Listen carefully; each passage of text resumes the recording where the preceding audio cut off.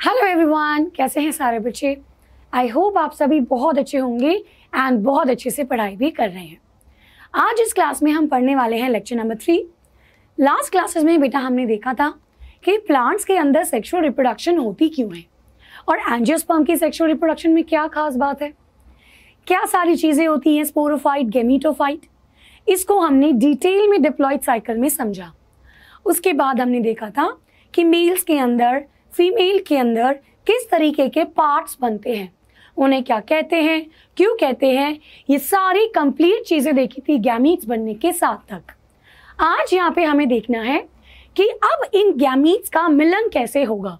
भाई sexual reproduction बात करता है गैमीट्स के फ्यूजन की। अगर गैमीट फ्यूज ही नहीं होगा तो सेक्सुअल रिप्रोडक्शन ही नहीं कहलाएगा। सो नाउ अब यहाँ पे आज की क्लास में देखेंगे कैसे ये दोनों गैमीट आएंगे और आपस में फ्यूज करेंगे। नेक्स्ट क्लास में, जो कि इसका लास्ट लेक्चर होगा, उसके अंदर मैं आपको बताऊंगी कि ये गैमीट्स अब फर्टिलाइज कैसे करते हैं और इसके बाद क्या क्या होता है। कुछ बहुत इंपॉर्टेंट टॉपिक जैसे कि एपोमिक्सिस, पॉलीएम्ब्रॉयनी, एनसीईआरटी में ये 1-2 लाइन में लिखा है, लेकिन इसको समझना बहुत ज़रूरी होता है। तो उन चीज़ों को करते हुए हम अगले लेक्चर में देखेंगे।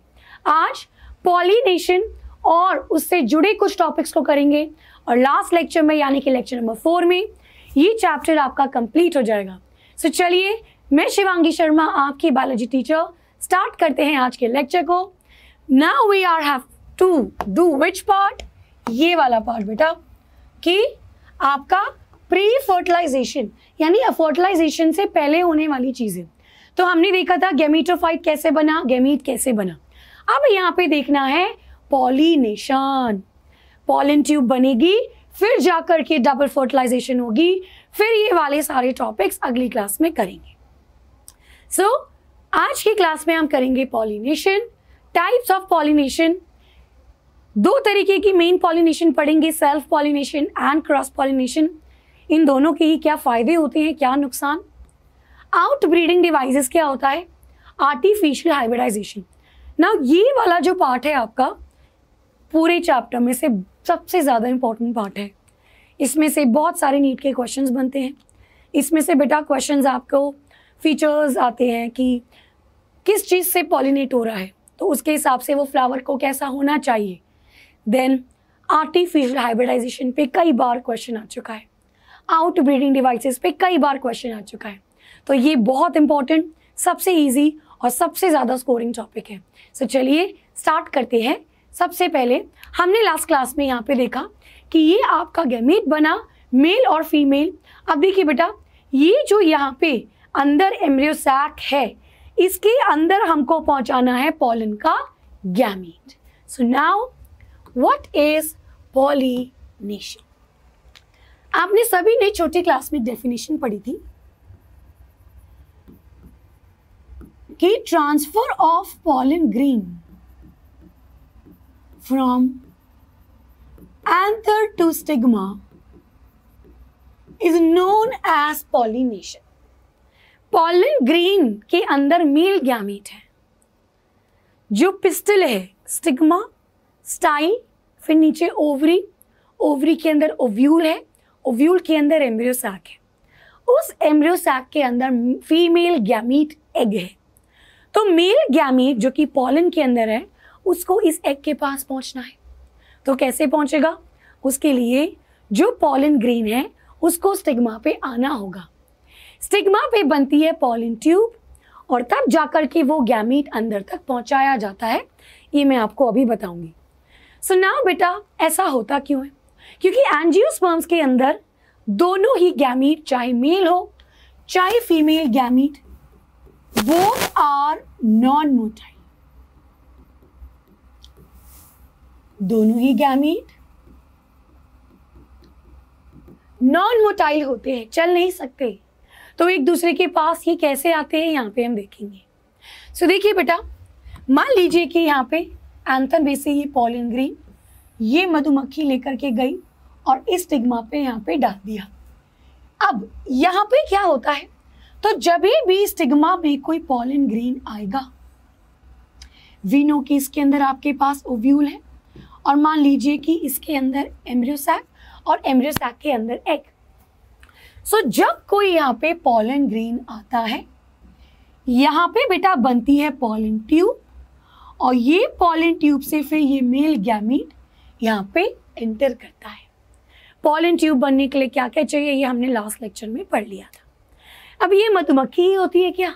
नहीं, बहुत सारी चीज़ें हो सकती हैं। ये हवा हो सकती है, पानी हो सकती है, ये मधुमक्खी, बैट, कोई आपकी बर्ड हो सकती है, कोई बटरफ्लाई हो सकती है, कोई इंसेक्ट हो सकता है, कुछ भी हो सकता है। सो चलिए अब इस डायग्राम को यहाँ पे बिल्कुल ध्यान से देखिए।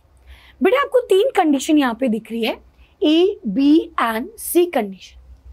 अगर आप इस ए और बी वाली कंडीशन को देखेंगे तो पहले यहाँ पे ए कंडीशन के ऊपर बात करते हैं। अगर आप यहाँ पे ध्यान से देखेंगे, जो पॉलन ग्रेन है बेटा वो सेम फ्लावर की स्टिग्मा से सेम फ्लावर की एंथर से सेम फ्लावर की स्टिग्मा पे लाया जा रहा है। यस और नो? दोबारा देखिए बेटा, ये इस तरीके से हो रहा है, यहीं से पॉलन को यहीं पे लाया गया है। सो it is between the same flower, between stigma and anther of same flower. Anther से पॉलन ग्रेन उसी फ्लावर की स्टिग्मा पे गया है।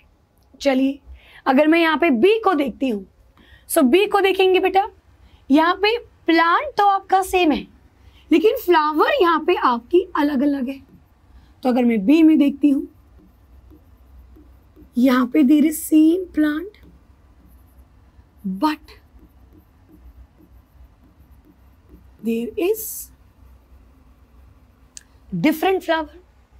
अगर मैं सी में देखती हूँ, सी में फ्लावर तो ऑब्वियसली अलग है लेकिन पूरा का पूरा प्लांट भी अलग है। अब बेटा इसका मतलब ये नहीं होता कि एक प्लांट खरबूज का है और एक प्लांट तरबूज का है, ऐसा कुछ नहीं होता भाई। मैं यहाँ पे बात कर रही हूँ अलग अलग प्लांट। सो मेरे पास एक रोज का प्लांट है, एक रोज का प्लांट है, उनके बीच में मैं बात कर रही हूँ। सो यहाँ पे अगर आप सी पे देखेंगे, सो इधर ना ही मेरे पास सेम प्लांट है ना ही same flower. So it is absolutely different plant. अब एक चीज मैं आपसे यहाँ पे पूछना चाहती हूँ, इन तीनों ही कंडीशन में पॉलिनेशन होने के बाद यानी गैमीट्स का ट्रांसफर हो गया, गैमीट का फ्यूजन हो जाएगा, फिर जाइगोट बनेगा। ये जो बेटा जाइगोट है ये सीड के अंदर होता है। जब आप सीड को बोते हो तो ये जाइगोट ही तो एम्ब्रियो बनता है, वही तो आपको एक नया प्लांट खिल करके देगा। सो द पॉइंट इज, ये जो आपको नया प्लांट मिलेगा ये किस कंडीशन में हूबहू पेरेंट की तरह होगा। यानी कि ऑब्वियसली मैं यहाँ पे एसेक्सुअल रिप्रोडक्शन की बात नहीं कर रही, क्योंकि ये जो गैमीट है ये बने तो मियोसिस से है, तो जेनेटिक रिकॉम्बिनेशन तो हुआ है। लेकिन अगर मैं डीएनए की बात करती हूँ, सो किस कंडीशन में आपको सेम ही डीएनए आगे पास हो रहा है।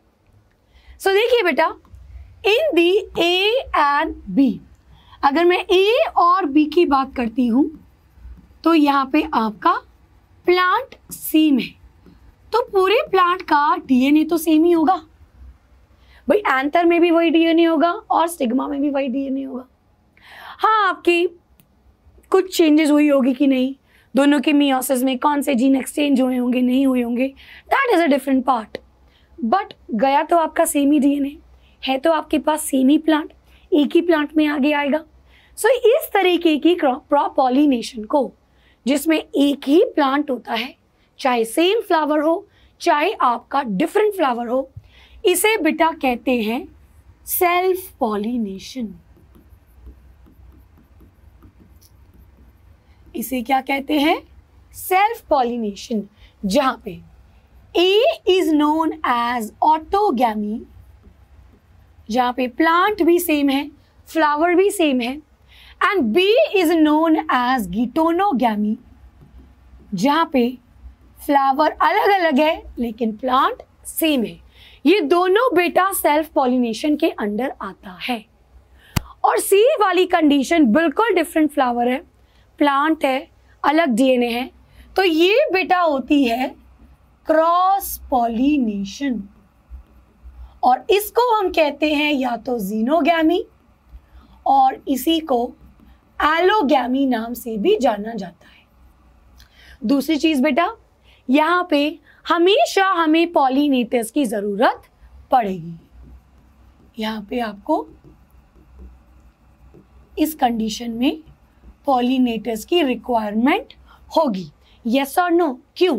क्योंकि एक प्लांट से एंथर से पॉलन को दूसरे प्लांट में खुद से प्लांट नहीं करेगा। कोई हवा, पानी या कोई बायोटिक यानी लिविंग ऑर्गेनिज्म जो कि पॉलिनेटर का काम कर रहे हैं उसकी जरूरत पड़ेगी। लेकिन अगर मैं ए में देखूंगी तो ये अपने आप हो सकता है। हाँ, अगर मैं बी में यहाँ पे देखूं तो यहाँ पे भी पॉलिनेटर की रिक्वायरमेंट होगी। अब देखिए बेटा, मैंने आपको अब तक क्या बोला? A is autogamy, same flower same plant. B is geitonogamy, same plant but different flower. Both belongs to self pollination.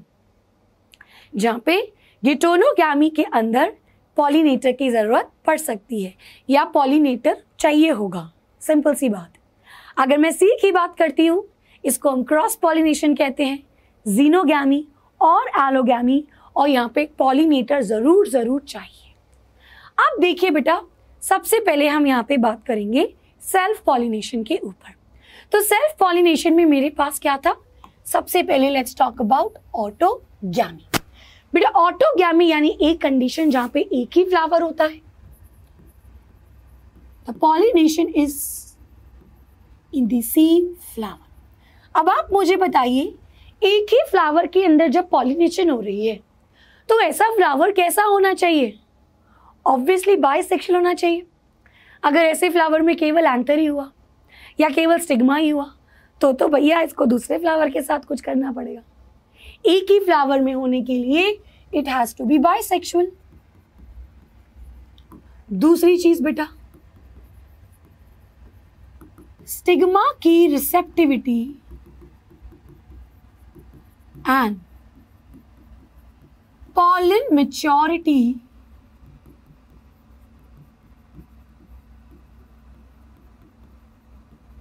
Same time पे होता है।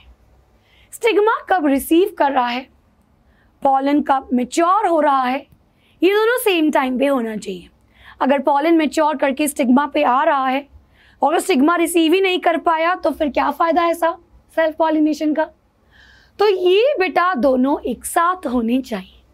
एक और चीज, they should lie close to each other. इन दोनों को एक दूसरे के पास होना चाहिए। अब यहाँ पे बेटा दो कंडीशन आती है, एक क्लीस्टोगैमी और एक कैस्मोगैमी। देखिए क्लीस्टोगैमी का मतलब होता है क्लोज, इसको याद रखिए, क्लोज फ्लावर। तो दो तरीके की कंडीशन हो सकती है। अब ये जो फ्लावर है जिसके अंदर खुद से ही पॉलिनेशन हो रही है, या तो बेटा ये ओपन फ्लावर हो सकता है या ये क्लोज फ्लावर हो सकता है। देखिए ओपन फ्लावर का क्या मतलब है, जब आप उस फूल के स्टिग्मा और एंथर को देख सकते हो तो यानी कि वो एक्सपोज्ड है। तो सिंपल सी अगर मैं बात करूं कि जो स्टिग्मा है एंड एंथर है, दीज आर एक्सपोज्ड। लेकिन अगर मैं बात करती हूँ क्लोज फ्लावर की तो स्टिग्मा और एंथर आपको नहीं दिखाई दे रहा, यानी कि वो एक कली की तरह है, जैसे कली होती है ना, उसी के अंदर आपका है। अब उस केस में अगेन ये सारी कंडीशन बहुत इंपॉर्टेंट है कि उसमें आपकी दोनों एक साथ मैच्योर होने चाहिए, they should lie to close to each other. ये दोनों चीजें क्लोज फ्लावर्स में बहुत जरूरी है। एक और चीज बेटा, क्लोज फ्लावर में there is never cross pollination. Obviously यहाँ पे कभी भी क्रॉस पॉलिनेशन नहीं हो सकती। जब फ्लावर ही क्लोज है तो उस दूसरे का पॉलन उसके पास कैसे आ सकता है? हाँ, हो सकता है फ्लावर बाद में खुल जाए, लेकिन अगर यहाँ पे हो रही है क्लोज फ्लावर तो ये पॉलिनेशन उसमें खुद की एंथर की हो चुकी होगी। दूसरी चीज बेटा, नेवर गिटोनोगैमी। यहाँ पे कभी भी सेल्फ पॉलिनेशन की गिटोनोगैमी भी नहीं हो सकती क्योंकि फ्लावर क्लोज है। अगर मैं कैस्मोगैमी की बात करती हूं तो यहाँ पे ओपन फ्लावर है, गिटोनोगैमी भी पॉसिबल है और क्रॉस पॉलिनेशन भी पॉसिबल है। क्यों? क्योंकि फ्लावर तो मेरा ओपन है और मेरा अगर बाइसेक्सुअल फ्लावर है या यूनिसेक्सुअल भी हो तो भैया दूसरे पेड़ का भी आ सकता है ना, और उसी पेड़ के दूसरे फ्लावर का भी आ सकता है। तो इस कंडीशन में दोनों पॉसिबल होती है। देयर आर 3 एग्जाम्पल्स जो आपकी एनसीईआरटी में दिए हैं जो बहुत इंपॉर्टेंट है, oxalis, viola and commelina. And now let's understand the geitonogamy और गिटोनोगैमी। देखिए बेटा, ये बहुत ज़रूरी है, एग्जाम में क्वेश्चन आता है क्या। अगर आप गिटोनोगैमी को देख रहे हैं तो ये सेम प्लांट में होता है अलग अलग फ्लावर, लेकिन यहाँ पे इसको पॉलिनेटर की ज़रूरत है। यानी ये काम कैसे करता है? क्रॉस पॉलिनेशन की तरह, लेकिन क्योंकि सेम प्लांट है तो डीएनए यहाँ पे सेम है, सेल्फ पॉलिनेशन की तरह। सो गिटोनोगैमी बेटा very very important, it is functionally same as cross pollination, but genetically same as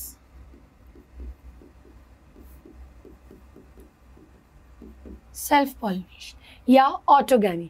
genetically तो ये सेल्फ पॉलिनेशन की कैटेगरी में है, लेकिन फंक्शनली ये क्रॉस पॉलिनेशन की कैटेगरी में है। चलिए इसको बेटा एक बार लिख लेंगे। अब आगे बढ़ते हैं, अब स्टार्ट करते हैं हम क्रॉस पॉलिनेशन। एक एक करके मैं आपको सारे अलग अलग टाइप्स की पॉलिनेशन करवाऊंगी। सबसे पहले हम स्टार्ट करेंगे यहाँ पे अनीमोफिली। अनीमोफिली यानी विंड पॉलिनेशन। अब प्लीज बेटा इस चीज को याद रखिएगा, अक्सर बच्चे अनीमोफिली को इंसेक्ट पॉलिनेशन करते हैं, वो एंटोमोफिली होता है, ये अनीमोफिली है। सो क्रॉस पॉलिनेशन में सबसे पहले अनीमोफिली विच इज विंड पॉलिनेशन। अब सबसे पहले यहाँ पे अगर बात की जाए विंड पॉलिनेशन, यानी कि पॉलिनेटर जो है यहाँ पे वो एक एबायोटिक चीज है, यानी कि नॉन लिविंग चीज है, वो विंड है, हवा से पॉलिनेशन होती है। अब आप मुझे बताएं कि ऐसा फ्लावर जो कि विंड से पॉलिनेट होता है उसमें कैसे कैसे फीचर्स होंगे। सबसे पहली चीज बेटा, इन फ्लावर में क्या कोई पेटल्स की कोई खास ज़रूरत, क्या सेपल्स की कोई खास ज़रूरत? हमने शुरू से पढ़ा था कि पेटल्स जो होते हैं कलरफुल होते हैं, उनमें से खुशबू आती है। क्यों? क्योंकि वो पॉलिनेटर को अट्रैक्ट करती है। सेपल भी कभी कभी पेटल जैसा काम करते हैं, लेकिन यहाँ पे एज सच इनकी कोई ज़रूरत नहीं है। सो यहाँ पे no need of colorful and fragrant petals. Yes or no? है तो ठीक है, नहीं है तो ठीक है तो कामों का अपनी एनर्जी वेस्ट कर रहे हैं, इसकी ज़रूरत ही नहीं है। दूसरी चीज़ बेटा, ये हवा से होगा। अब मान लीजिए ये मेरा एक फ्लावर है और यहाँ से हवा अगर आई, अगर मेरा पेटल ही इतना बड़ा हो जाएगा, अब मान लो ये पेटल है और ये मान लो इसका अंतर होगा। अब अगर मेरी हवा यहाँ से आ रही है, पेटल ही इतना बड़ा हो जाएगा तो ये तो इसको छुपा देगा, हवा इसमें कैसे कर पाएगा। तो ये बहुत ज़रूरी है कि जो फूल हो वो छोटा हो, पेटल्स और सेपल्स छोटे हो, ताकि लंबा सा एंथर, मतलब फिलामेंट आपका लंबा हो, ताकि एंथर हवा में झूल सके और स्टिग्मा भी हवा में झूल सके, ताकि स्टिग्मा पे इजीली चिपक जाए। सो नेक्स्ट चीज़ बेटा जो यहाँ पे इंपॉर्टेंट है, small flower that is small petal and sepal, और लॉन्ग किसका होना चाहिए? Long filament.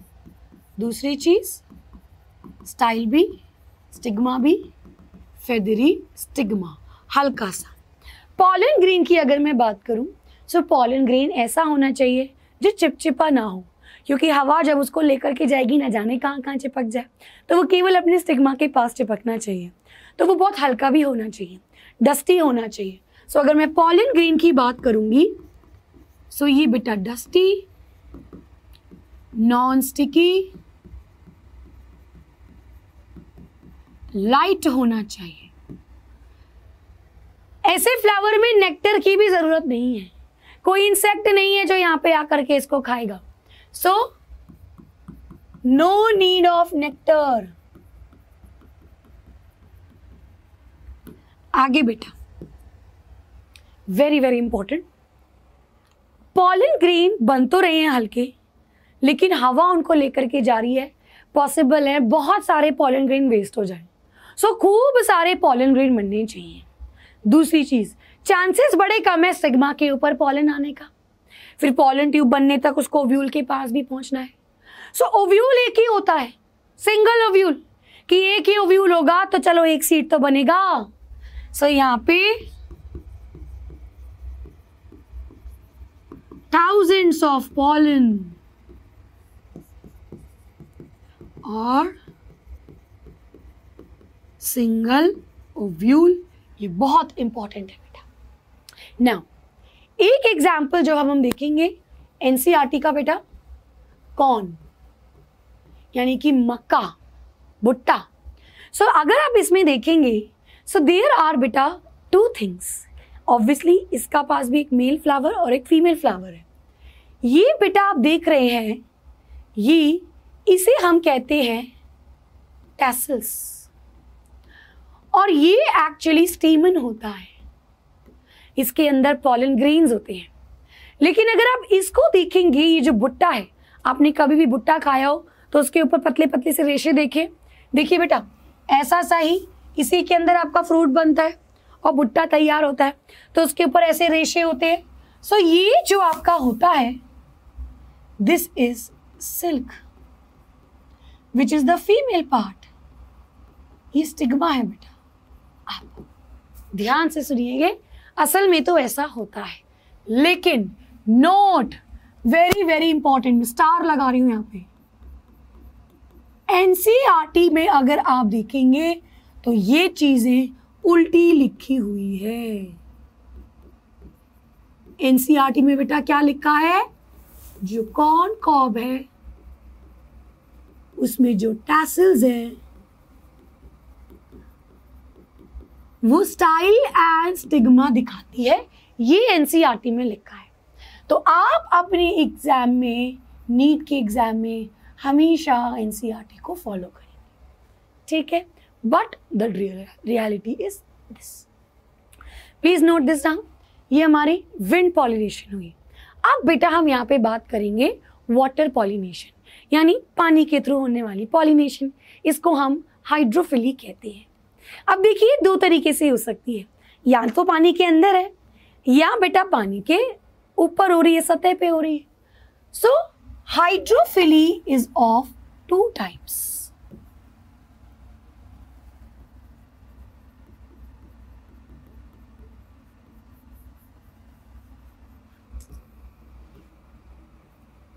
हाइपोहाइड्रोफिली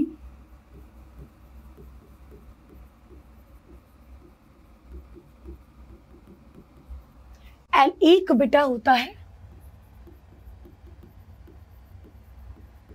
एपीहाइड्रोफिली। देखिए एपीहाइड्रोफिली, एपी मतलब ऊपर यानी कि सरफेस पे, ये सरफेस पे होती है। अगर आप यहाँ पे देखेंगे, ये वाला बेटा आपका प्लांट है वैलिसिनेरिया, ये फ्रेश वाटर में होते हैं। अगर आप यहाँ पे देखेंगे तो ये इसके स्टेमन है और इसमें से पॉलन ग्रेन ये उड़ते उड़ते तो नहीं, बहते बहते ऊपर जा रहे हैं, क्योंकि फीमेल का फ्लावर यहाँ पे इसके सरफेस पे आ गया और ये फिर पॉलन ग्रेन इसके ऊपर आ जाएगा। बेटा फ्रेश वाटर का एक और एग्जाम्पल होता है विच इज हाइड्रिला। अगर आप इधर देखेंगे तो ये बेटा अंडर वाटर हो रही है चीजें। यहाँ पे ये जो फ्लावर है बेटा, ये पानी के बहुत नीचे है, तो ये नीचे होता है, it is not at the surface. Hypohydrophily जिसका एग्जाम्पल है ज़ोस्टेरा, और ये एक मरीन प्लांट है। अब यहाँ पे ये बात तो कर दी, अब आप मुझे ये बताइए कि ऐसे फ्लावर में किस तरीके की कैरेक्टरिस्टिक्स होने चाहिए, जो बहुत इंपॉर्टेंट है। सबसे पहली चीज बेटा, जो भी आपका स्टाइल है वो लाइट होना चाहिए। इट कुड फ्लो फिलामेंट की तरह, कि ऐसा ऐसा सिलेंडर पतला सा ऐसा बेटा वो तैर सके इजीली। अगर मैं यहाँ पे पॉलन ग्रेन्स की बात करती हूँ तो पॉलन ग्रेन्स बेटा ऐसे होने चाहिए जो पानी में खराब नहीं हो सके। तो इनके ऊपर एक म्यूसिलेज की शीट होती है, एक लेयर होती है जो इसको वेटिंग से बचाता है। So it has mucilage layer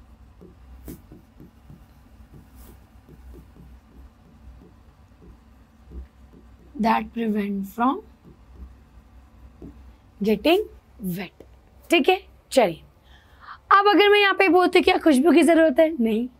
क्या यहाँ पे फ्लावर की कोई बहुत ही खूबसूरत कलरफुल होने की ज़रूरत है? नहीं। यहाँ पे भी कलरफुल होने की कोई ज़रूरत नहीं है। This is hydrophily. अब हाइड्रोफिली में this is an example of your vallisneria. ये मेल फ्लावर और बेटा ये फीमेल के ऊपर कैसे जाते हैं pollen. Now there are two more example. ये है आपका water hyacinth and this is water lily. अब देखिए बेटा, वाटर हायासिंथ और वाटर लिली वैसे तो दोनों आपके एक्वेटिक प्लांट्स हैं, लेकिन इन दोनों के अंदर ही देयर इज नो हाइड्रोफिली, क्योंकि ये सरफेस पे बिल्कुल ऊपर आ रहा है, तो ये पानी से ऊपर नहीं आते। ये भी बेटा ऐसे ऊपर खिल रहा है। अगर मैं लोटस की भी बात करूँ उसमें भी, तो यहाँ पे देयर इज नो हाइड्रोफिली। तो यहाँ पे क्या होता है, या तो यहाँ पे होती है आपकी anemophily, that is wind pollination, या बेटा इसमें होती है entomophily, that is insect pollination. इसमें से क्वेश्चन बोर्ड में पूछा जाता है। ठीक है, चलिए नेक्स्ट अब हम आगे बढ़ते हैं बाकी चीजों में। सबसे पहले लेट्स स्टार्ट विद एंटोमोफिली। देखिए बेटा, अगर मैं यहाँ पे एंटोमोफिली की बात कर रही हूँ, इंसेक्ट्स की बात कर रही हूँ, अब इंसेक्ट में क्या क्या हो सकता है। देखिए कौन सा इंसेक्ट पॉलिनेट कर रहा है। कोई इंसेक्ट ऐसा होता है जिसको डल कलर पसंद है, कोई इंसेक्ट ऐसा है जिसको ब्राइट कलर पसंद है, कोई खुशबू की तरफ खिंचता हुआ चला जाता है, कोई गंदी स्मेल की तरफ खिंचता हुआ चला जाता है। तो फ्लावर किससे पॉलिनेट होता है, उसी के हिसाब से उसके ये खुशबू और रंग होते हैं। दूसरी चीज, क्योंकि बेटा पॉलन ग्रेन के पास ये इंसेक्ट आ रहे हैं, तो ये कुछ मकसद से आ रहे हैं। इनको मिलता है वहाँ पे नेक्टर। नेक्टर खूब न्यूट्रिशियस है, वहाँ से इनको खाना मिल रहा है, तो बदले में वो क्या करके जा रहे हैं, उनके लिए पॉलिनेशन करके जा रहे हैं। सो यहाँ पे देखिए बेटा, मॉथ, बटरफ्लाई, बीज सबसे ज़्यादा डोमिनेंट होती है।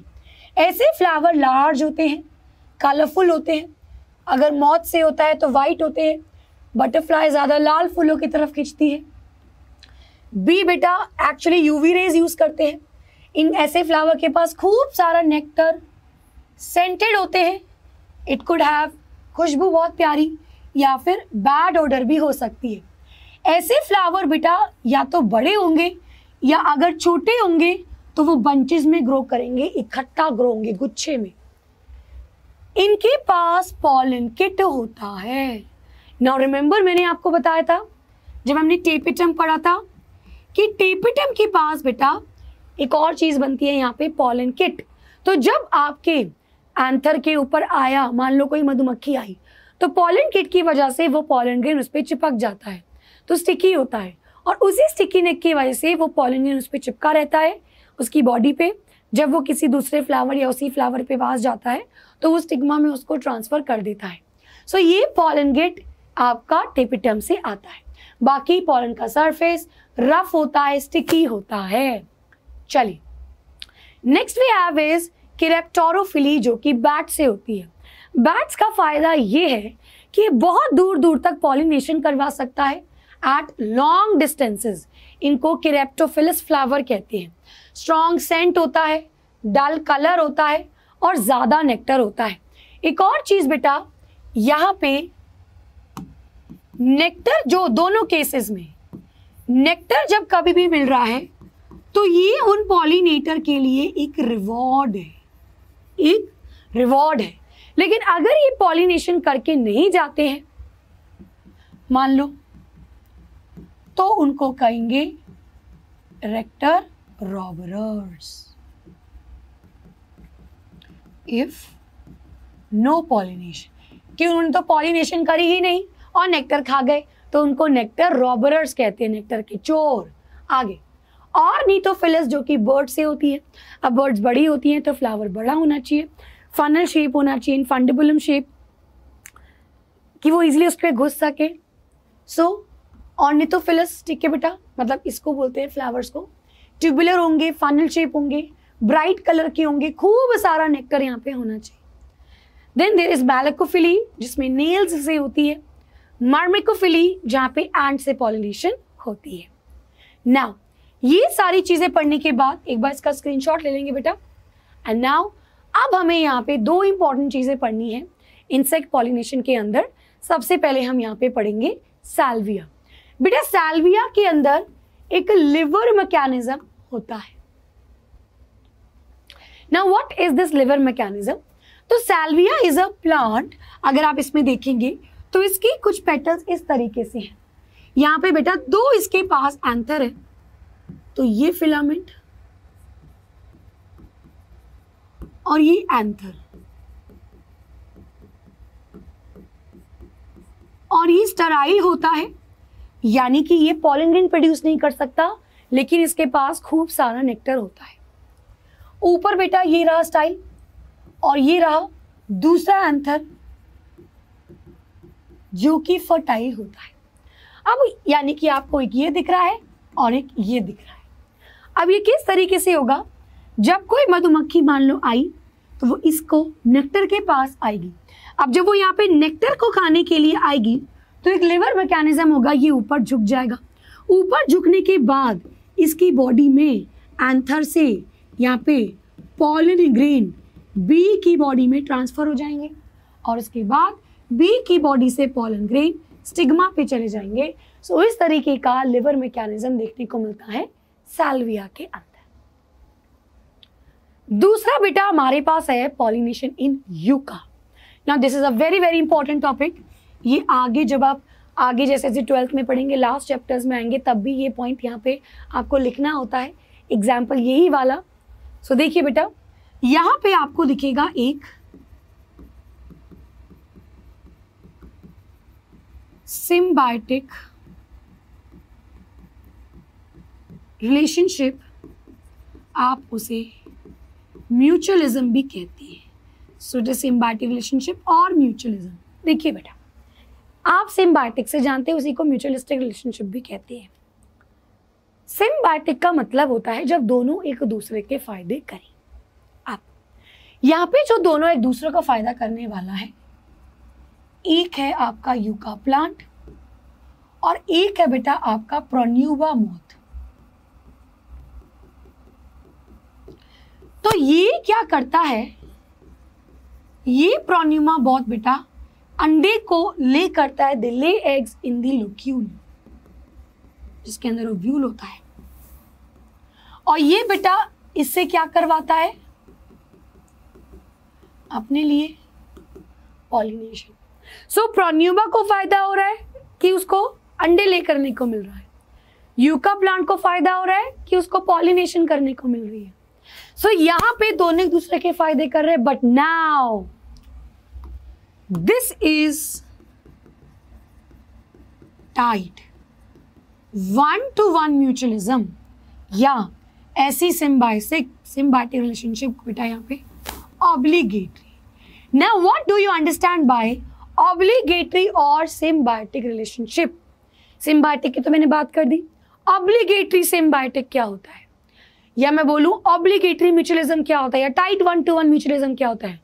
जब ये दोनों केवल एक दूसरे के साथ ही ऐसा कर सकते हैं, ये दोनों और किसी के साथ ऐसा नहीं कर सकते। यूका केवल इसके अंदर मतलब मॉथ केवल यूका के अंदर ही एग्स को ले करेगा, यूका केवल प्रोन्यूपा से ही पॉलिनेट होगा। तो ये एक दूसरे के लिए बहुत जरूरी है। Therefore if one extinct other will also, दूसरा भी हो जाएगा एक्सटिंक्ट, खत्म हो जाएगा। और इस तरीके की हम चीज को कहते हैं को एक्सटिंक्शन। ये साथ साथ खत्म हो जाएंगे अगर एक भी खत्म हुआ तो।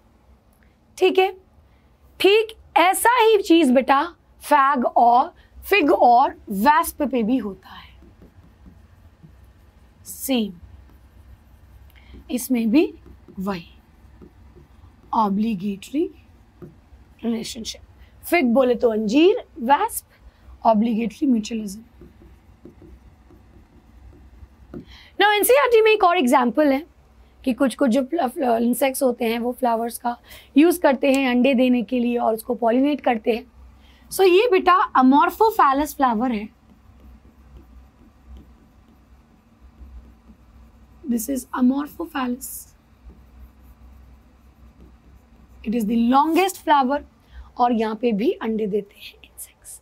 चलिए, ये यहाँ पे बात हो गई। अब हमने यहाँ पे सेल्फ पॉलिनेशन को भी पढ़ लिया और क्रॉस पॉलिनेशन को भी पढ़ लिया। अब हमें यहाँ पे क्या समझना है कि दोनों के एडवांटेजेस और डिसएडवांटेजेस क्या है। देखिए बेटा, पहले आपका सेल्फ पॉलिनेशन, एडवांटेजेस इसका ये है कि चांसेस पॉलिनेशन के ज़्यादा हो जाते हैं क्योंकि किसी पर डिपेंड तो नहीं कर रहा, अपने आप में हो जाएगा तो चांसेस ज़्यादा है। Maintenance of purity, purity maintenance रहती है, सेम डीएनए मेंटेन रहता है।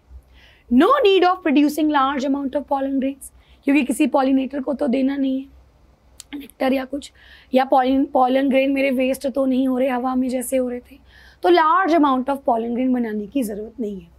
कोई कलरफुल पेटल्स की ज़रूरत नहीं है, कोई फ्रेगनेंस की ज़रूरत नहीं है, कोई नेक्टर की ज़रूरत नहीं है। कुल मिलाकर के बेटा ये होता है इकोनॉमिकल। अब इसके अंदर जो आपने क्लिस्टोगैमी पढ़ा था ना, क्लिस्टोगैमी का बेटा एक बड़ा अच्छा फायदा है कि यहाँ पे एश्योर्ड सीड सेट मिलता है। ये भी फायदा है कि पक्का पॉलिनेशन होगी, सीड पक्का मिलेगा फर्टिलाइजेशन के बाद। डिसएडवांटेजेस ये है कि भाई प्रोजेनी एक के बाद एक वीक होती जाती है बेटा, ऑब्वियस सी बात है। अगर आप सेम ही डीएनए आगे आगे पास होता है तो जो कुछ खराब जीन्स होते हैं वो एलिमिनेट नहीं होते, they keep on pass on. तो ये आपका वीकर जनरेशन होती रहती है और इस चीज को हम कहते हैं इन ब्रीडिंग डिप्रेशन।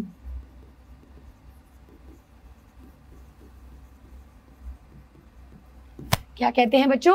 इन breeding depression. Next, less chances होते हैं न्यू वैरायटीज के पैदा होने की क्योंकि यहाँ पे कोई एक तरीके का डीएनए एक्सचेंज तो हो ही नहीं रहा। आगे, क्रॉस पॉलिनेशन के पहले एडवांटेजेस, बेटा हेल्दियर ऑफस्प्रिंग मिलेगा क्योंकि यहाँ पे दो अलग अलग पेरेंट का डीएनए है, तो यहाँ पे वेरिएशन के चांसेस ज़्यादा आते हैं, तो फिर बेटर जर्मिनेशन कैपेसिटी भी होगी। किसी में इसी वजह से आपको हाई यील्ड देखने को मिलता है। दूसरा बेटा, ये जो पॉलिनेटर्स होते हैं बीज, ये अच्छे से पॉलिनेशन कर देते हैं पूरे आपके खेत में, तो हाई प्रोडक्टिविटी मिलती है।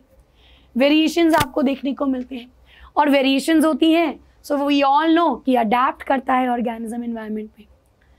जो प्लांट सेल्फ स्टेराइल होती है, सेल्फ स्टेराइल करने का मतलब है जो अपने पॉलन ग्रेन को खुद स्टिग्मा एक्सेप्ट नहीं करता।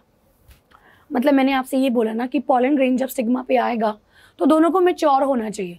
पॉलन ग्रेन आपकी बना सके पॉलन ट्यूब, उसके गैमीट तैयार हो, और स्टिग्मा भी पॉलन ट्यूब बना सके, वो भी बिल्कुल रेडी हो, रिसीव कर सके पॉलन को, तब जाकर के पॉलिनेशन होगी। सो अगर कोई फ्लावर ऐसा है जिसमें स्टिग्मा अपने ही एंथर के पॉलन को नहीं लेता, उसको एक्सेप्ट नहीं करता, उस केस में क्रॉस पॉलिनेशन फायदा है। हाँ, डिसएडवांटेजेस भी हैं कि हमेशा एक्सटर्नल एजेंसीज पे डिपेंड रहते हैं। दूसरा बेटा, इकोनॉमिकल नहीं है, बहुत सारी चीज़ें करनी पड़ती हैं। एडिशन ऑफ अनडिजायरेबल कैरेक्टर्स, अगर कभी दूसरे प्लांट का डीएनए आ रहा है तो देखिए वेरिएशन का एक फ़ायदा होता है, वेरिएशन हमेशा फ़ायदा करता है बट हमेशा नहीं करता। वेरिएशन का नुकसान ये भी कि कभी कभी कोई वेरिएशन नुकसान भी पहुंचा सकता है, तो अनडिजायरेबल कैरेक्टर भी आ सकता है। इसको बेटा नोट डाउन कर लेंगे। चलिए, अब नाउ हम यहाँ पे पढ़ेंगे एक और topic which is outbreeding devices. Now what do we understand by outbreeding devices? अब अगर मैं दोनों हिसाब से यहाँ पे मान के चलूं कि सेल्फ पॉलिनेशन भी है और क्रॉस पॉलिनेशन भी है, तो नो डाउट मेरा क्रॉस पॉलिनेशन बेहतर है। क्यों? क्योंकि बेटा भले ही सेल्फ पॉलिनेशन में कोई वेस्टेज नहीं है, आपकी कोई डिपेंडेंस नहीं है, सीड आपका बनता है, प्योरिटी आपको मिलती है, but at the same time evolution का ये रूल है, नेचर का ये रूल है कि वेरिएशन बहुत ज़रूरी है। और इसीलिए तो ह्यूमन बींग्स में भी शादी कैसे होती है? दूसरी फैमिलीज में होती है। ह्यूमन जो सभ्यता ही शुरू से ऐसी ही चली आ रही है, तभी तो बेटा दो अलग अलग फैमिलीज में रिश्ते होते हैं। क्यों? ताकि भाई दोनों में वेरिएशन आ सके, अच्छे वेरिएशन, हेल्दी वेरिएशन आगे पास ऑन हो सके, और नई हमें नए अच्छे कैरेक्टर्स देखने को मिले। So variation is very important. So no doubt cross pollination is better. Yes और नो? तो क्रॉस पॉलिनेशन को क्या करना है? प्रमोट करना है, और सेल्फ पॉलिनेशन को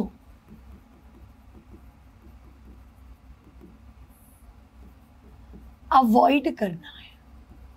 क्रॉस पॉलिनेशन को प्रमोट करना है, सेल्फ पॉलिनेशन को अवॉइड करना है। This is outbreeding devices such that to reduce inbreeding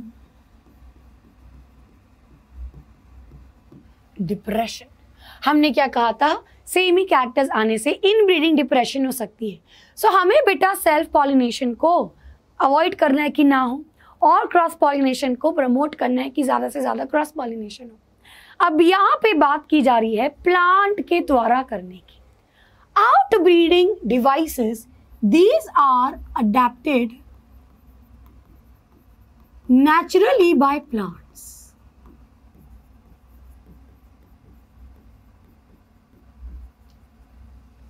plants naturally इनको अडेप्ट करते हैं। ये आपने मैंने नहीं किया, ये खुद से प्लांट ने ये डिवाइसेस अपने अंदर बनाए हैं कि खुद में प्लांट में ऐसी चीजें हो सके कि वो सेल्फ पॉलिनेशन ना करे फ्लावर, उसमें केवल क्रॉस पॉलिनेशन ही हो। तो चलिए देखते हैं वो कौन कौन से तरीके हैं जो प्लांट्स नेचुरली करता है क्रॉस पॉलिनेशन करने के लिए। सबसे पहला इज डाइकोगैमी और हेटेरोगैमी, जिसके अंदर दो कंडीशंस आती हैं। एक आपकी प्रोटोएंड्री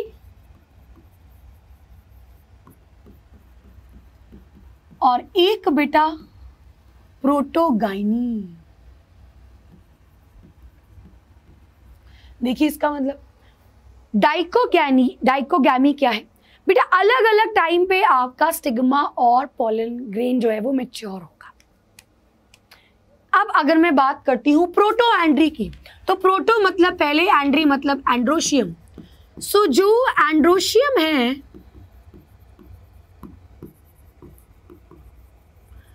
इट मैच्योर्स फर्स्ट। किसी फ्लावर में, या लेट्स सपोज पूरी किसी पेड़ में ही बात करते हैं, मान लो हमें तो क्रॉस पॉलिनेशन करानी है ना, दो अलग अलग प्लांट में करानी है, तो उस पूरे फ्लावर में जो भी मेल पार्ट होगा वो पहले मैच्योर हो जाएगा, फीमेल पार्ट मैच्योर ही नहीं होगा। तो जिसकी वजह से इवन अगर मेल पार्ट का पॉलन ग्रेन फीमेल के स्टिग्मा पे जाएगा तब भी बेटा पॉलन ट्यूब नहीं मिलेगी। क्यों? क्योंकि अभी स्टिग्मा मैच्योर ही नहीं हुआ। तो ये ऐसा क्यों कर रहा है? ताकि आपका दूसरे का पॉलन आ सके और तब तक वो मैच्योर हो सके। हाँ, वो ऑब्वियसली हो सकता है उस समय तक, अब मान लो आपका वो जब तक वो मैच्योर होता है तो वो दूसरा पॉलन भी, पहले वाला भी वहीं पे पड़ा है, हो सकता है वो पॉलन तब तक खराब हो जाए उसी खुद के प्लांट का, या वो वहाँ पे नहीं हो। सो कुल मिलाकर के प्लांट यहाँ पे ट्राई कर रहा है कि वो क्रॉस पॉलिनेट करे। प्रोटोगाइनी का मतलब है स्टिग्मा मैच्योर फर्स्ट, ये पहले मैच्योर होता है। ठीक है, चलिए एग्जाम्पल्स वैसे पूछे नहीं जाते हैं, लेकिन ये दो आपको एग्जाम्पल्स यहाँ पे दिए हैं, प्लीज नोट डाउन प्लीज बेटा। अब अगला यहाँ पे हमें करना है dicliny. This is the second तरीका। डाई क्लीनिंग का मतलब है unisexuality. Now what do you understand by unisexuality? यानी कि यूनिसेक्सुअल फ्लावर या प्लांट। अब आपके पास दो कंडीशंस होती हैं, एक आपके पास होता है मोनोशियस प्लांट। अब ध्यान से सुनिएगा, यहां पे कंफ्यूज होते हैं।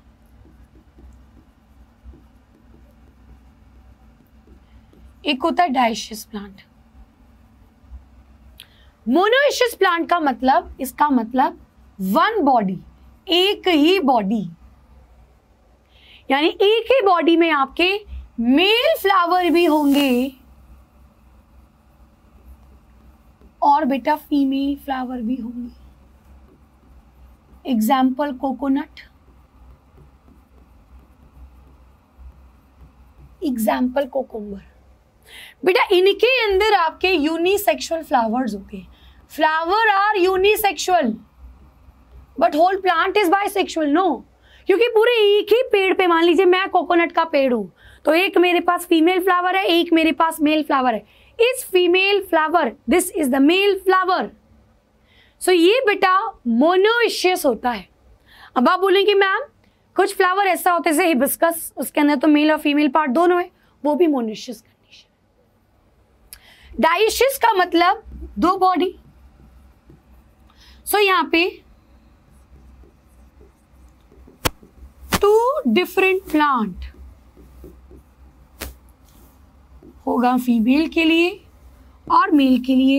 Example date palm and papaya. अगर आप डेट पाम को देखेंगे, मान लीजिए एक ये डेट पाम खड़ा है, यहाँ पे कोई नहीं है, अच्छा चलिए ये डेट पाम है, तो ये डेट पाम पे या तो केवल फीमेल फ्लावर होंगे या ये दूसरा डेट पाम का पेड़ है, या तो इसमें केवल मेल फ्लावर होंगे। ऐसा नहीं होगा कि मेल और फीमेल इसमें भी होगा, इसमें भी होगा। So this is a male date palm, this is a female date palm. Cycas, उसमें भी ऐसा ही होता है। पाइनस मोनोशियस है, उसमें मेल फीमेल कौन दोनों होते हैं, लेकिन ये जिम्नोस्पर्म है। सो this is monoecious and dioecious. So now अगर मैं बात करूं यहाँ पे यूनिसेक्सुअलिटी की, यानी यूनिसेक्सुअल तरीके से कैसे प्लांट क्रॉस पॉलिनेशन को अवॉइड कर सकते हैं। सो देखिए बेटा, मोनोशियस प्लांट में पेड़ एक ही है लेकिन मेल और फीमेल फ्लावर दोनों है। सो यहाँ पे ऑटोगैमी तो नहीं होगी। चलिए सेल्फ पॉलिनेशन में आप ऑटोगैमी को इग्नोर कर रहे हैं, यानी एक ही फ्लावर में सेल्फ पॉलिनेशन नहीं हो सकता, लेकिन यहां पे गिटोनोगैमी हो जाएगी। अगर मैं डायशियस में देखूंगी, पेड़ ही अलग अलग है, तो ना ही यहां पे गिटोनोगैमी होगी, ना ही यहां पे ऑटोगैमी होगी, यहाँ पे केवल जीनोगैमी यानी कि क्रॉस पॉलिनेशन होगा। सो दिस इज अ तरीका to promote cross pollination. Please note this down बेटा। एंड नाउ नेक्स्ट मेरे पास है हर्कोगैमी।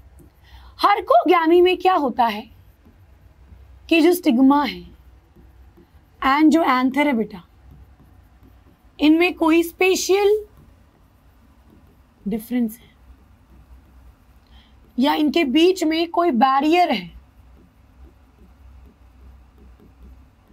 मतलब किसी तरीके से दोनों नजदीक नहीं है, दूर है। स्पेशल अरेंजमेंट, ये ऐसा है तो ये ऐसा है, एक इधर होगा तो एक इधर होगा, हो सकता है दोनों के बीच में कुछ हो, एंथर और स्टिग्मा के बीच में।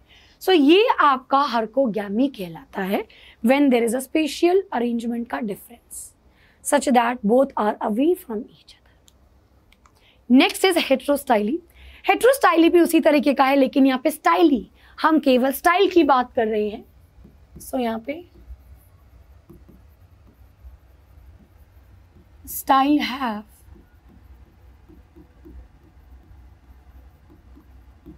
Different length. बेटा स्टाइल की लेंथ डिफरेंट होती है। अब इसका एग्जाम्पल हम देखेंगे प्रिमरोज फ्लावर में, जो आपको यहाँ पे इस डायग्राम में दिख रहा है। बेटा प्रिमरोज में दो तरीके के फ्लावर होते हैं, एक पिन फ्लावर, एक थ्रम फ्लावर। पिन फ्लावर में अगर आप देखेंगे तो यहाँ पे स्टाइल बेटा लॉन्ग है और एंथर काफी नीचे है, स्पेशल अरेंजमेंट आ गई। यहाँ पे अगर आप देखेंगे स्टाइल यहाँ पे शॉर्ट है। तो यहाँ पे स्पेशल अरेंजमेंट आ रहा है क्रॉस पॉलिनेशन, ये फेवर करेगा क्योंकि सेल्फ पॉलिनेशन के लिए ये दोनों दूर दूर हो गए। सो बेटा ये भी आपका हो गया heterostyly and outbreeding device. So 3 I can mark it as 4। Now next मेरे पास लास्ट है मेरे पास which is self compatibility. Self incompatibility, अब देखिए बेटा, मान लीजिए कि ये फ्लावर का, ये मान लीजिए इसका स्टिग्मा वाला पार्ट है और ये जो मैं बना रही हूं अब इसका एंथर का पार्ट है। तो मान लीजिए यहाँ पे पॉलन ग्रेन आया इसके ऊपर, लेकिन there is no pollen tube formation, pollen tube यहाँ पे बनी ही नहीं, यानी ये खुद के पॉलन इसका खुद का स्टिग्मा पे कंपैटिबल नहीं है। ये ऐसा भी हो सकता है एक ही प्लांट में हो, एक ही प्लांट में हो, ये तो खैर ऑटोगैमी बचेगी, लेकिन हो सकता है गिटोनोगैमी भी यहाँ पे बच जाए। सो यहाँ पे क्या होता है,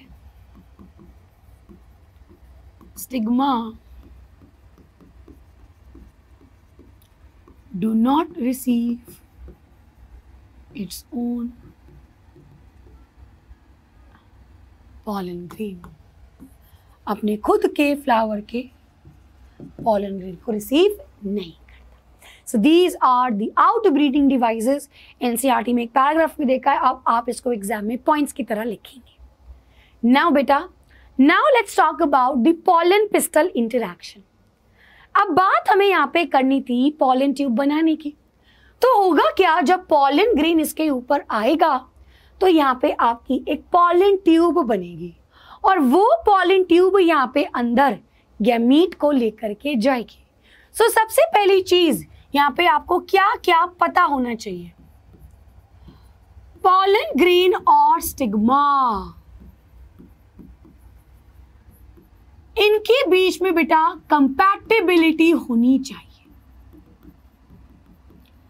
अगर कंपैटिबिलिटी है तो पॉलन ट्यूब बनेगी और बेटा गैमीट का ट्रांसफर हो जाएगा। अब याद कीजिए आपने क्या क्या चीजें पढ़ी थी पॉलन ट्यूब बनाने में बेटा। इफ यू रिमेंबर कि जब 3 सेल्ड पॉलन ग्रेन आता है ऑन स्टिग्मा, उसके बाद ये पॉलन ट्यूब बनाएगा। रिमेंबर कि 3 सेल्स थे जिसमें यानी कि वेजिटेटिव सेल, जेनरेटिव सेल, फिर जेनरेटिव सेल ने 2 मेल गैमीट बना लिए। तो ऐसा जब पॉलन ग्रेन आएगा स्टिग्मा के ऊपर तो पॉलन ट्यूब बन जाएगी। जब 2 सेल पॉलन ग्रेन आएगा तो सेकेंड माइटोसिस यानी कि जो जेनरेटिव सेल आपके 2 मेल गैमीट बनाता है, तो सेकेंड माइटोसिस कंप्लीट होगी ड्यूरिंग पॉलन ट्यूब फॉर्मेशन। और हमने इससे जुड़ी क्या क्या चीजें पहले पढ़ चुकी है कि बेटा जर्म पोर से पॉलन ट्यूब इमर्ज होती है। यस और नो? अभी मैं दिखाऊंगी भाई, हमारे पास ये एक्साइन था और ये बेटा इंटाइन था। सो हमने क्या देखा था कि ये इंटाइन ही पॉलन ट्यूब बनाती थी और ये जर्म पोर से बाहर आ रही है। सो इंटाइन वाज द थिंग जो खुद पॉलन ट्यूब बनाती है और जर्म पोर से पॉलन ट्यूब बाहर आती है और ये 2 मेल गैमीट फिर इसके थ्रू बाहर आएंगे। वेजिटेटिव सेल इसमें मदद करता है, रिमेंबर, हेल्प करता है पॉलन ट्यूब बनाने में। अब देखिए बेटा बनेगा कैसे। तो जब आपका पॉलन ग्रेन स्टिग्मा के ऊपर आता है, स्टिग्मा के ऊपर कुछ सब्सटेंस होता है, शुगरी, फैटी, न्यूट्रिशियस सा सब्सटेंस होता है। पॉलन ग्रेन बेटा उसको एब्जॉर्ब करता है और फूल जाता है और वो जो इंटाइन है वो फूल जाती है और वो ट्यूब में निकल जाती है। सो पॉलन ग्रेन क्या करता है, एब्जॉर्ब करता है sugary substance, it absorbs the sugary substance from stigma. फिर बेटा ये स्वेल करेगा और पॉलन ट्यूब की फॉर्मेशन। रिमेंबर नाउ जनरली क्या होता है, ये पॉलन ट्यूब उसके बाद ओव्यूल के अंदर एंटर होके फिर एम्ब्रियो सैक के अंदर जाती है और यहाँ पे अपने 2 मेल गैमीट्स को छोड़ देती है इन दी एम्ब्रियो सैक। जनरली बेटा ये ओव्यूल के अंदर कहाँ से एंट्री करेगी, आप देखिए ये पॉलन ट्यूब बनी, ये यहाँ से एंट्री करती है, ये यहाँ पे आपका एग सेल है and these are the polar nuclei.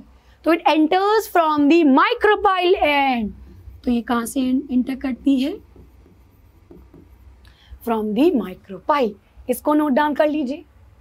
चलिए अब यहाँ पे एक बार देखेंगे बेटा एनसीईआरटी का डायग्राम।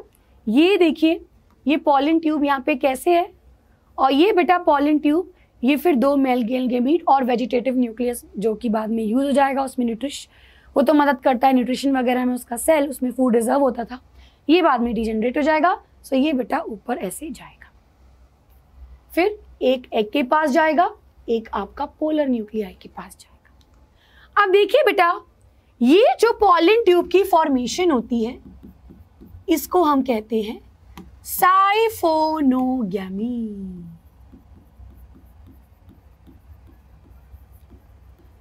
तो साइफोनोगैमी इज नथिंग कि ये जो पॉलन ट्यूब फॉर्म हो रही है और ये जो 2 मेल गैमीट को कैरी करती है इसी को हम साइफोनोगैमी कहते हैं। ये 3 तरीके का होता है।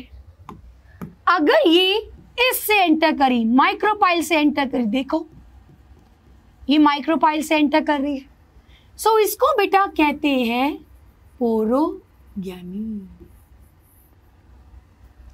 या ये चलाजल जगह से एंटर कर रही है, ये चलाजल वाले रीजन से एंटर कर रही है, तो इसको कहते हैं चलाजोगैमी।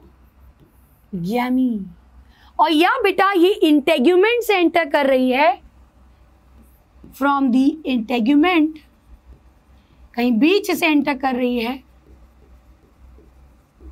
तो इसको कहते हैं मीजोगैमी।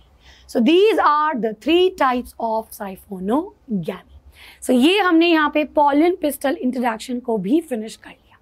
Now एक लास्ट टॉपिक आज की क्लास का, छोटा सा टॉपिक, और आज मेजर पार्ट आपके चैप्टर का खत्म हो गया, आर्टिफिशियल हाइब्रिडाइजेशन। बेटा artificial hybridization is man made, ये हम कर रहे हैं, ये नेचुरल नहीं है। अब देखिए आपका ये बड़ा इस्तेमाल होता है, भाई मेरी मर्जी कि मैं ये वाले प्लांट बहुत बढ़िया है और ये वाला प्लांट इसमें से खूब बड़े बड़े लाल रोज के गुलाब आ रहे हैं और ये वाला जो लाल रोज का गुलाब है इसमें ज़्यादा फूल आ रहे हैं। अब मैं चाहती हूँ कि इसमें फूल कम आ रहे हैं लेकिन सुंदर आ रहे हैं, बड़े बड़े आ रहे हैं, इसमें फूल बहुत ज़्यादा आ रहे हैं, तो मैं चाहती हूँ इसकी तरह इसमें भी फूल ज़्यादा आए। तो मैं क्या करूँगी, इसका पॉलन या स्टिग्मा या इसका पॉलन या स्टिग्मा ले लूँ, मतलब कुल मिलाकर के मैं 2 प्लांट के बीच में रिप्रोडक्शन कराऊंगी। अपनी मनपसंद का प्लांट सिलेक्ट करूंगी 2, उसके बाद एक का पॉलन दूसरे के स्टिग्मा पे डालूंगी। सो यहाँ पे कुछ बेसिक स्टेप्स होते हैं, इन स्टेप्स को देखिए। डायरेक्ट 3 नंबर का क्वेश्चन यहाँ से आता है। सबसे पहले बेटा इमैस्क्यूलेशन, यहाँ पे देखिए, तो ये मेरे पास एक बाइसेक्सुअल फ्लावर है, यानी कि इसके पास मेल पार्ट भी है और फीमेल पार्ट भी है। तो ऑब्वियसली मैं मेरे स्टिग्मा पे, इसके स्टिग्मा पे अपने पॉलन ग्रेन डालना चाहती हूँ जो मैंने सेलेक्ट किए हैं। आई डोंट वांट कि इसके खुद के पॉलन ग्रेन इसके स्टिग्मा पे आ जाए। सो हम यहाँ पे क्या करते हैं, रिमूवल ऑफ स्टेमन या एंथर, एंथर को रिमूव कर देंगे, यानी हम मेल रिप्रोडक्टिव पार्ट को निकाल रहे हैं, इसे कहते हैं इमैस्क्यूलेशन। दूसरा स्टेप होगा बेटा बैगिंग। अब बैगिंग क्यों की, यार मैंने क्या किया, अपने स्टिग्मा को बचा के रखा कि इसका पॉलन ना आ जाए, मैं अपनी मर्जी के पॉलन इसमें डालना चाहती हूँ, पर जब तक आप पॉलन ग्रेन लेकर के आओगे हो सकता है इसमें दूसरा पॉलन आकर के पॉलन ट्यूब बन जाए, तो इसको ढकना पड़ेगा। सो नेक्स्ट स्टेप होता है बैगिंग, ताकि यहाँ पे there is no contamination at all, कोई कॉन्टैमिनेशन यहाँ पे नहीं। नेक्स्ट बेटा मैंने किया पॉलिनेशन। पॉलिनेशन करने के बाद मतलब यहां पे मैंने डिजायर्ड पॉलिन ग्रेन को डस्ट कर दिया, डाल दिया इसके अंदर। एंड नाउ लास्ट में हम करेंगे रीबैगिंग, यानी कि दोबारा से आपने इसको रीबैगिंग किया। क्यों? ताकि इसमें कोई और पॉलिन आकर उसकी पॉलिन ट्यूब जल्दी नहीं बन जाए। सो आपने रीबैगिंग किया। So these are the 4 steps. इसके पहले एक और स्टेप भी जोड़ सकते हैं जहां पे आप कलेक्ट कर रहे हो डिजायर्ड पेरेंट, एंड देन बेटा आपका ये कंप्लीट होगा। सो विद दिस थिंग आज का लेक्चर हमारा यहाँ पे कंप्लीट होता है। नेक्स्ट क्लास में बेटा हम यहाँ पे पढ़ेंगे इसके बाकी का सारा चैप्टर फर्टिलाइजेशन। फर्टिलाइजेशन के बाद क्या होना है, इपोमिक्सिस एंड पॉलीएम्ब्रियोनी। सो आज के लिए इतना ही, हम मिलेंगे next time. So see you next time, bye bye and thank you.